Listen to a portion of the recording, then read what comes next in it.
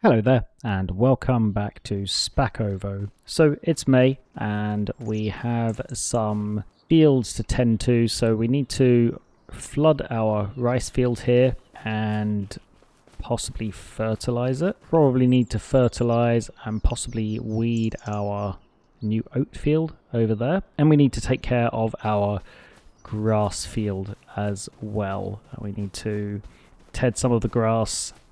We need to windrow and bale it all up and then wrap the grass bales to produce silage and dump the hay bales into the feed mixer. So let's get started by flooding our rice field and get that taken care of first thing, and that can be doing its thing throughout the month. And next I think I'm going to take care of the newly planted fields. I probably should have fertilized this field before I flooded it, actually, shouldn't I? That probably would have been a better idea. You can't stop the flooding once you've started, so hopefully it's okay for me to drive over it on a tractor once it has been flooded. Let's check our animals quickly to see how they're doing. Still at 100% health, that's good. We've got about just over half of their TMR left, and we've got some slurry in the output, which we can use to fertilize, definitely fertilize our rice field, possibly our oat field as well. Let's see how our new slurry tanker works with the John Deere manure sensor. So we'll pick that up, we'll go fill it up with slurry, and then we can check out how this works. So let's see how this works then. It's a different type of spreader. There we go. So we are spreading slurry on our rice field here. Still seems to be going through it pretty quickly. Although, yeah, I don't know if it's going through it quicker than it was, or whether it isn't. I think it's maybe a little slower, but I actually don't know. But you can see in the data at the bottom, it looks like we're getting a more even coat than we were with the other spreader. Still not entirely even, but it's more even. So yeah, that's how our new slurry tanker works.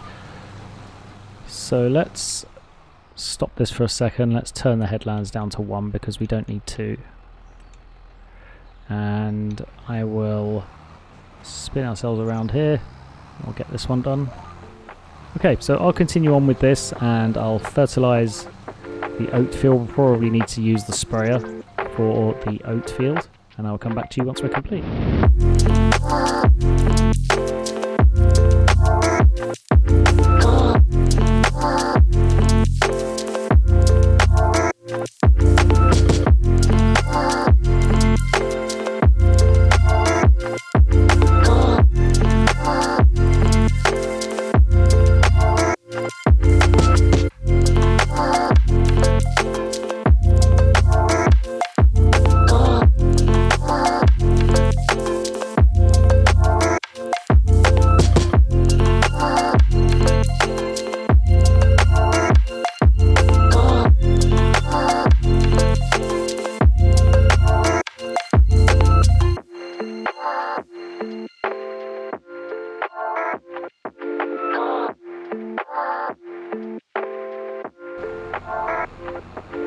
Okay, so that is the oat field fertilized. I just want to try something out quickly. I'm going to drive the sprayer over the long grain rice field because I want to see what it actually does.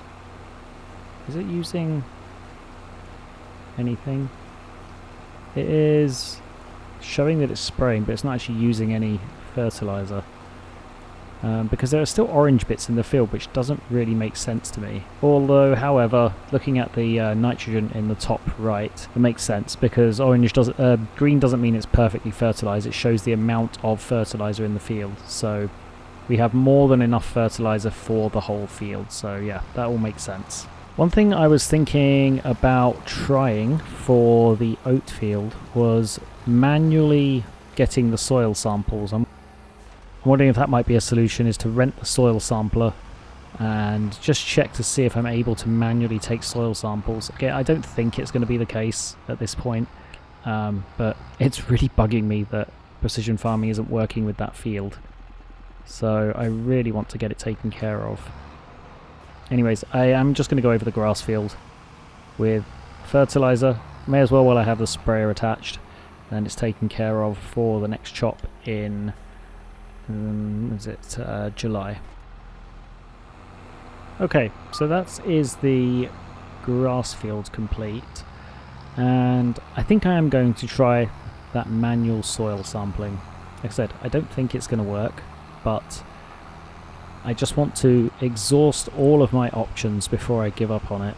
So the tractor needs repairing anyway, so we'll go over to the store, we'll get the tractor repaired and refueled, and then we'll come back with the soil sampler and just see if that is the cause of the issue. Okay, so here is the soil sampler, and I'm going to rent it just to see if this works. It costs 867. If it doesn't work, I am going to send it back for a refund, because I'm going to blame the tool rather than my field.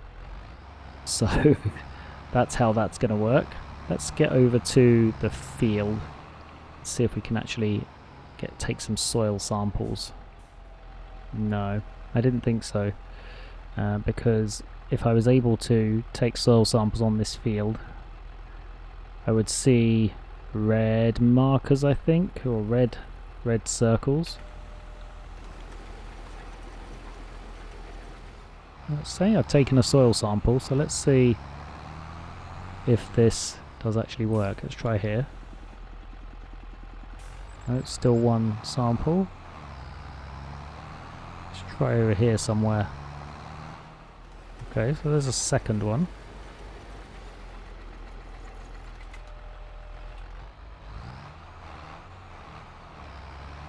And then let's try over here somewhere in this corner.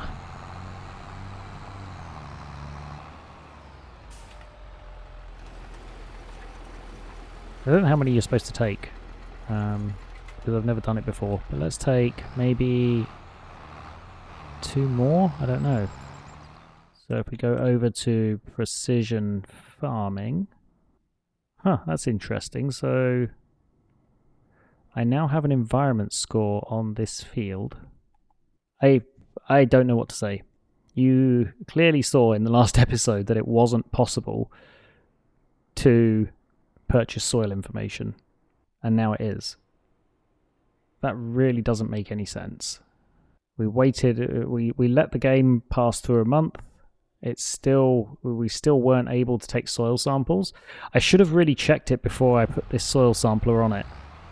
I should have really checked it before I started going over it with the soil sampler, but I didn't think to do that. I just assumed that as we'd already passed 1 month, passing another month wouldn't have made a difference, although I do not know. So how do we then send the soil samples for analysis now that we have this? So you do it with using the Y button. Okay, let's do one more up in that top corner there just to cover the entire field. I'm not sure if that's necessary or not, but let's do it. So one more from up here. Oops, I shut the engine down. Okay, so last soil sample, and that one has been taken as well. That pretty much covers the whole field. So let's send these soil samples for analysis using the Y key. Okay. Well, that was a worthwhile experiment. Like I said, I'm not sure if taking the soil samples triggered the precision farming to be active on the map, or whether it just decided to be active all of a sudden. But the main thing is that field is now precision farming ready, so we don't need to. I mean, we can still turn it into an animal area if we want to, but we don't need to if we don't want to. And if we look at the expected yield potential, it's actually a really good field. So expected yield potential 116%.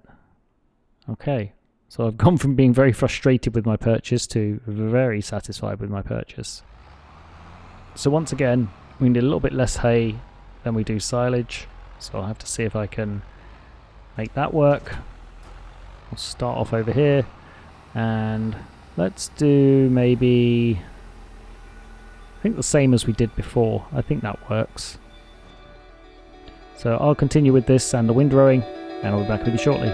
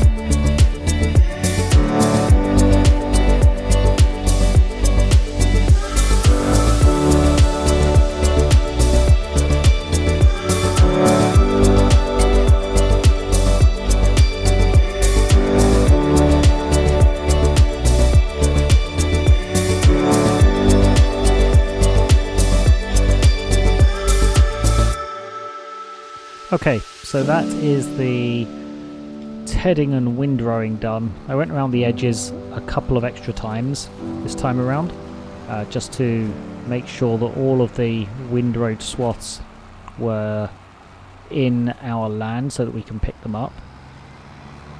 Next up is the baling and wrapping. I wonder if there's anything we can do to break up the time between doing that, but I don't actually think there is. We don't have too much to do this month. It's a very busy month in terms of taking care of our fields. So let's continue with the baling, and I will join you once we're done.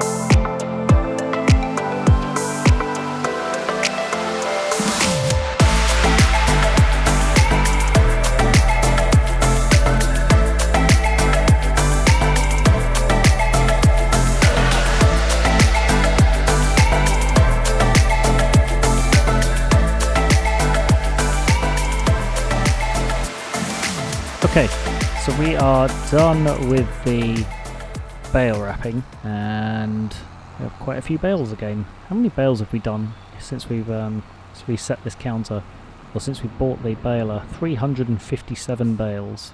I like stats. Okay, so next up is wrapping the bales and getting the hay dumped into the TMR, into the feed mixer. Something I was thinking while I was collecting up those bales is that we're going to need a silo, because we're going to need to keep at least some of our oats aside for the horses when we get them at the end of the year. We can dump a good portion of the oats into the grain mill, but we're definitely going to need to keep at least some of it. I don't know how much, because I don't know how much the horses use. Do we have information on the horse pasture? We do. It's up here. So it needs base food, hay, and root crops as well. I mean, the root crops are a bonus. They can probably go without the root crops. Base food, which is oats, and hay. It is oats, isn't it? Hay, oat, sorghum. We should have planted sorghum in that field, shouldn't we? Yeah. Okay, well, we know for next time. Sorghum yields much higher than oats. For some reason, I had it in my head that it was oats only. Noob mistakes when it comes to caring for animals that you're not used to caring for. Okay, so next up, let's go around and wrap the bales that need wrapping. There's not too many to do this time, because we don't have that many grass bales. We'll go over and pick up a roll of bale wrap, and we'll get this wrapping done. So I'll continue with the wrapping and feeding the hay to our TMR mixer. And we'll join you once again once we're done.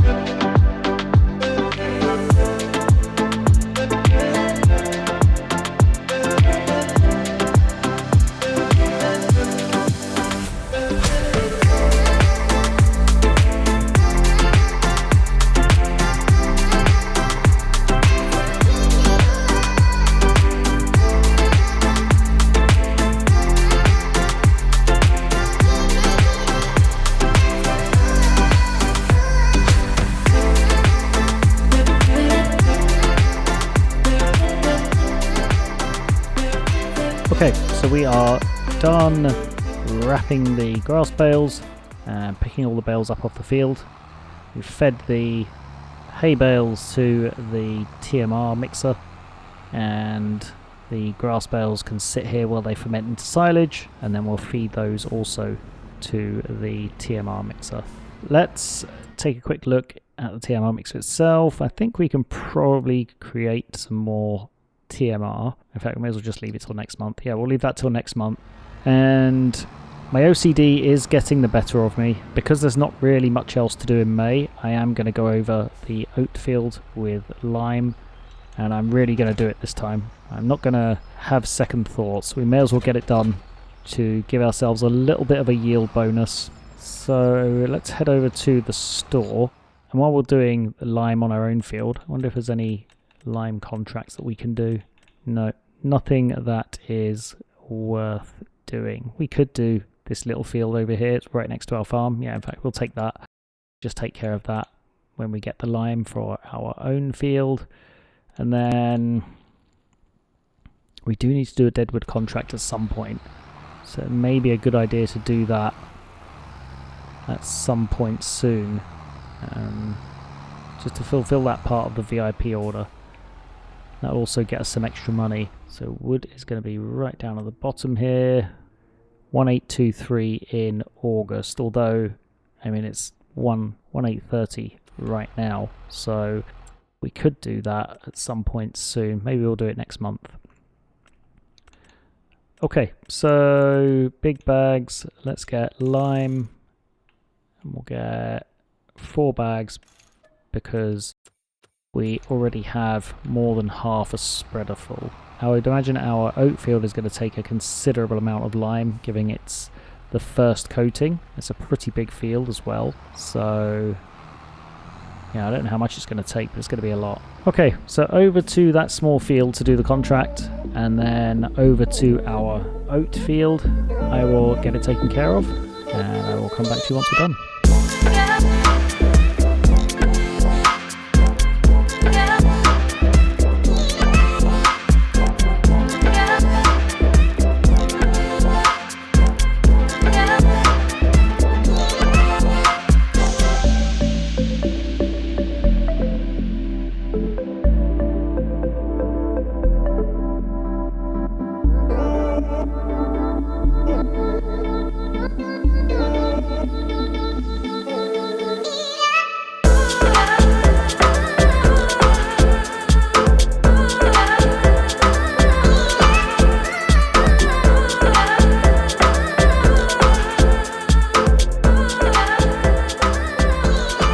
Okay, so we're done spreading lime on this field. Didn't take as much as I thought it would. I thought it was going to take a lot more than 2 bags.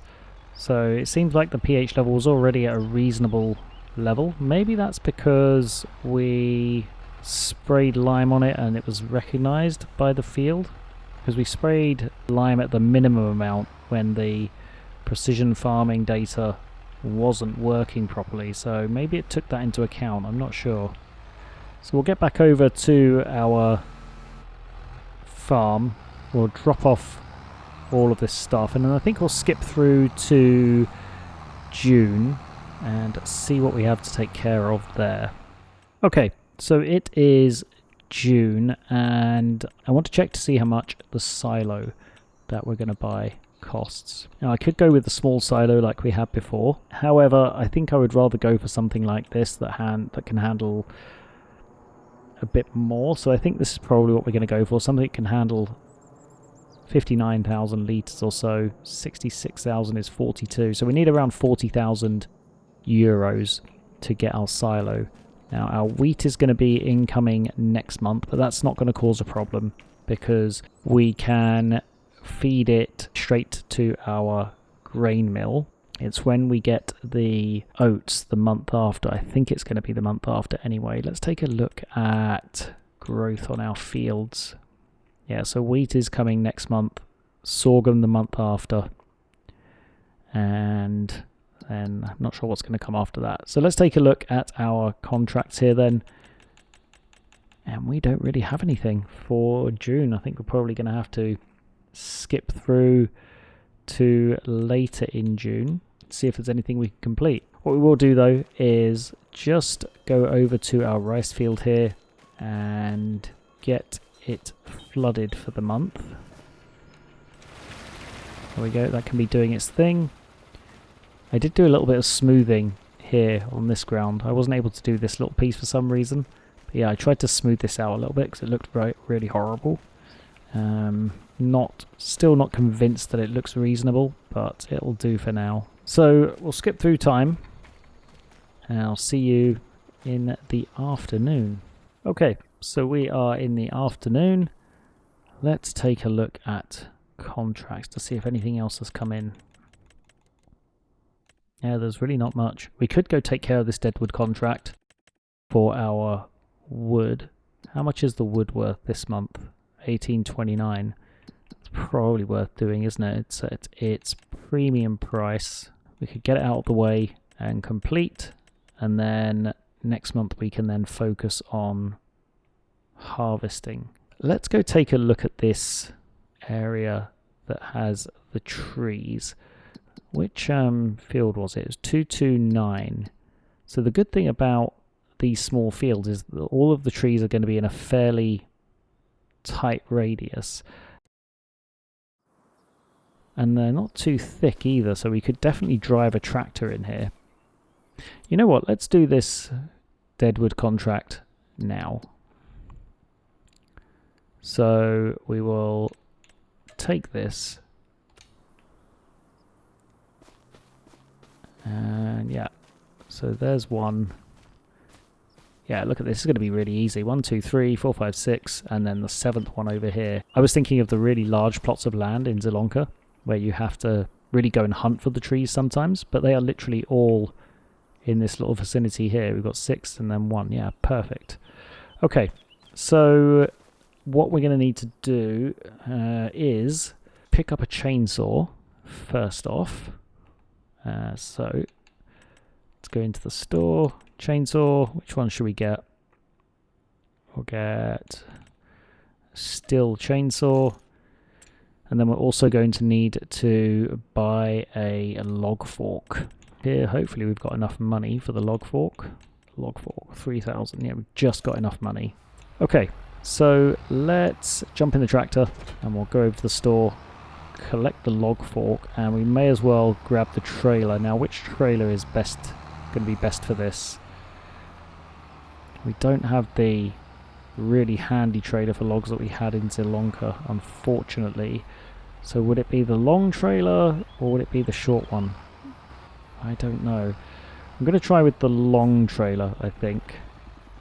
We can load up a layer, strap them down, load a layer on top, strap them down, so on and so forth. I don't know if it will work or whether it's better to use the short trailer, but we will find out soon enough.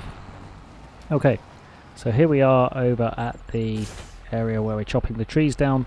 I asked the owner of this field if I could use his field temporarily, and he very kindly said yes. So let's pull ourselves. How should we do this? I think what I'm going to do is put the trailer like this and then chop the trees down out into the grass field, and they should be fairly easy to collect and load onto the trailer. So let's get chopping.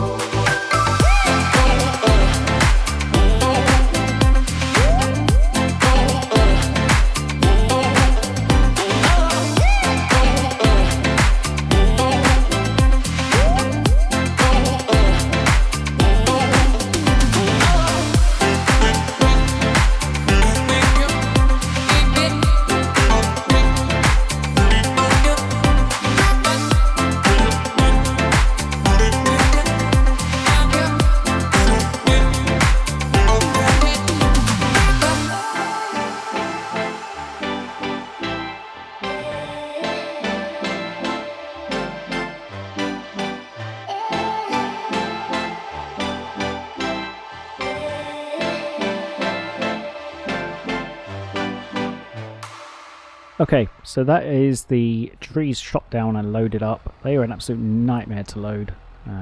Definitely out of practice from our early days of tree chopping in Zielonka. Fortunately, we're not going to have to do too much tree chopping. I don't think there's quite enough here to fulfill the contract. Each of these weighs about 950 kilos and there's 7 of them. Okay, so here we are at the carpentry. It is not marked on the map, the same as the biogas plant, but yeah, I don't see any triggers for me to dump the wood, so I don't know what I'm gonna do.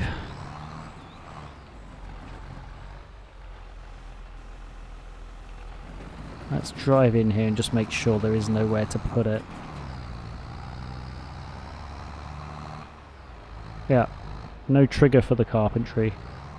Okay, so I have managed to change the delivery station for the wood piece of the VIP order. So this was the carpentry, but as the carpentry doesn't have a trigger, I managed to look through the game files and find the reference to the sawmill, so I've changed that in the file. So we're now going to be delivering the wood to the sawmill. I'm already over at the sawmill. I thought I'd better explain what I'm doing before I sold off the wood. So yeah, just so you know, that's what we're doing. Hopefully when I deliver the wood, it's actually going to work, because I'd be very disappointed and frustrated if it didn't. I'm just going to chop this log off of here. There we go. Okay, so let's offload this wood then, and hopefully this will count towards our VIP order.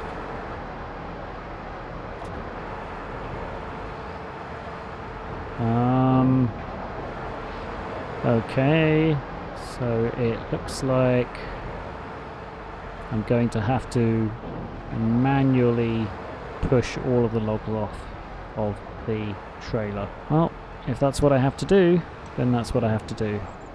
The sell point at the sawmill does not accept wood. That doesn't make a single bit of sense.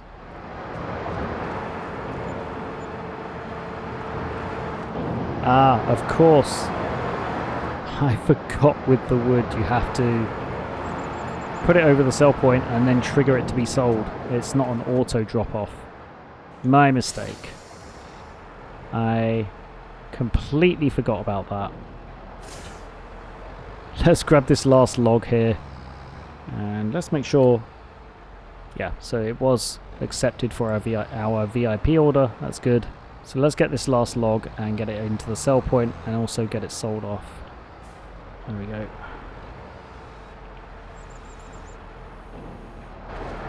Let's run over here, trigger the sale, and there we go. So we've completed this piece of the VIP order, which is fantastic, and we also got ourselves a little bit of income. Okay, I think this is a great place to leave this episode. Hope you're enjoying following along.